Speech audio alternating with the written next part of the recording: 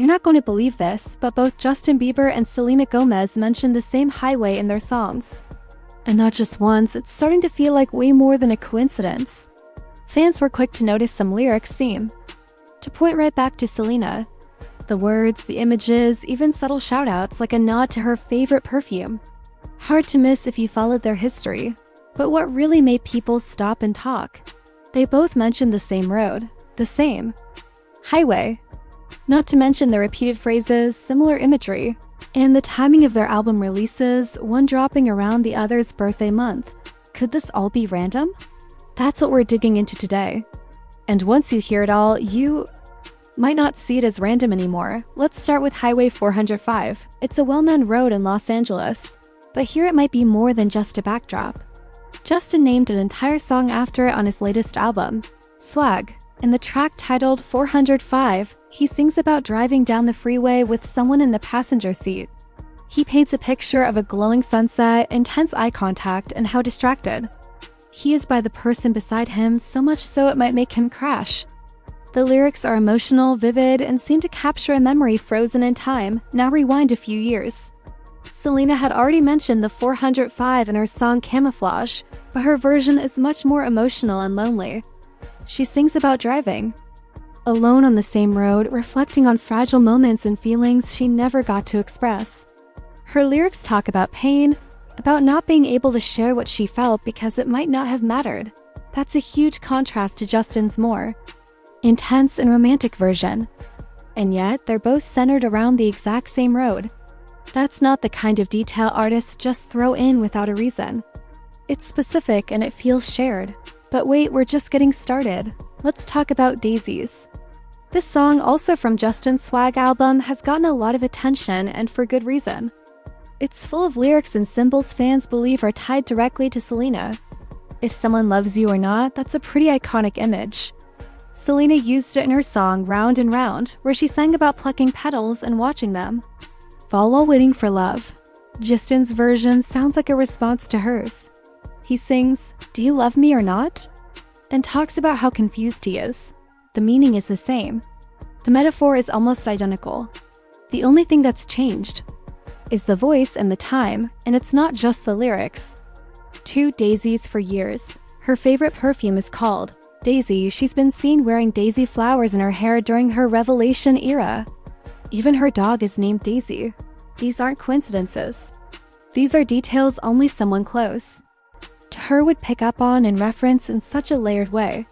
Then there's the lyric in Daisies where Justin says, "You said forever, baby? Did you mean it or not?" That line sounds eerily close to what Selena once sang in Love Will Remember, where she talks about love being eternal even if people try to forget. In both songs, they're asking the same question. Did we really mean it when we said forever? There's more. Justin sings in Daisies about being left on read. "You leave me on read, babe, but I still get the message." Instead of a line, it's 3 dots, but I can connect them. That feeling, being ignored but still understanding what it means, hits hard. Selena's got a line in her song Adios that sounds like the flip side. "If I leave you on scene, why do you call me? Don't play dumb. If I keep my distance, it's because I don't want drama anymore." Put those lyrics side by side. One's frustrated about being ignored. It's almost like they're continuing a private conversation through music. When you add it all up, Highway 405 shared imagery of flower petals, nearly identical lines about love lasting forever, lyrics about being left on read. It starts to look like Daisies wasn't just a random love song. It may be full of hidden messages, maybe even unresolved emotions. It feels like someone is still trying to make sense of everything that happened between them. Before we move on, there's one more detail too interesting to skip. Justin's latest album is titled Swag. At first glance, it might seem like just a throwback to his early pop days or a casual trendy title. But rewind to 2013 and you'll remember Swag had a deeper connection back then. It wasn't just a phrase he threw around. It became part of his public identity. He even used it in tweets, interviews, and on stage. It was part of how he expressed confidence during his peak years, when he was often seen as untouchable. Naming an entire album Swag now, over a decade later, seems intentional, almost like he's reaching back to a time before everything got Complicated before breakups, scandals, and public meltdowns, reclaiming something, or maybe signaling he's still holding on to that chapter of his life. One thing's clear, these aren't simple songs thrown together for streams. There's a thread running through them, through lyrics, titles, and even the timing of releases, hinting at something more personal. Whether it's closure, longing, or unfinished business, it sounds like both artists still have something to say. Back in 2013, Selena dropped her debut solo album, Stars Dance, which featured a track called Nobody Does It Like You. She sings about someone who left a powerful mark. Your eyes, your lips, your touch, this toxic twisted rush, your sexy kind of swag, the best I've ever had. At the time, everyone knew who she was talking about, Justin Bieber. Their chemistry had been public, intense, and often hard to ignore. So when she described someone unforgettable and addictive using the word swag, fans didn't need to guess twice. Things get even more interesting. More than a decade later, Justin names his entire album Swag. That's not just a trendy throwback. It feels personal, some might say coincidence or clever branding. But remembering Selena once used that exact word to describe Justin in a love song, the connection feels too specific to ignore. If it's a marketing choice, it's a brilliant one. More likely, it's a musical callback, a subtle way of saying, I haven't forgotten either. Now let's talk timing. First in March, right around Justin's birthday. Fast forward a few months. Justin releases Swag in July.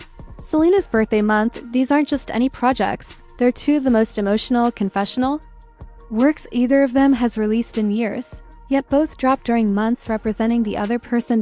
Is that good scheduling? A quiet way of acknowledging each other through music? Like a silent birthday message wrapped in lyrics and melodies? It almost feels poetic. So perfectly timed it's hard to believe it's random. And we haven't even touched on the visuals yet. Let's talk butterflies. On Justin's track, Butterflies. From Swag, he sings, these butterflies won't go away. He's not talking about insects. Rewind to Selena's Rare music video from 2020, filled with floating butterflies. Symbols of lingering emotion, change, and unspoken feelings. Fans noticed right away. The butterflies weren't just pretty visuals. They represented something still hovering, something not fully let go. Shortly after Rare came out, Justin began his Justice tour. Guess what appeared on the big screen during the opening? Blue butterflies, huge, glowing, beautiful ones. That detail wasn't an accident, and it felt like a quiet echo of Selena's video.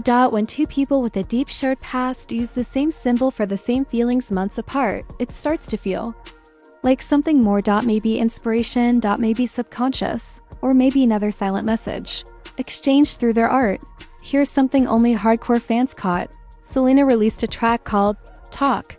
When it came out, many believed the male-sounding vocals were actually Justin. Her voice was altered to sound strikingly like him. The lyrics added fuel to the fire. Arms around me.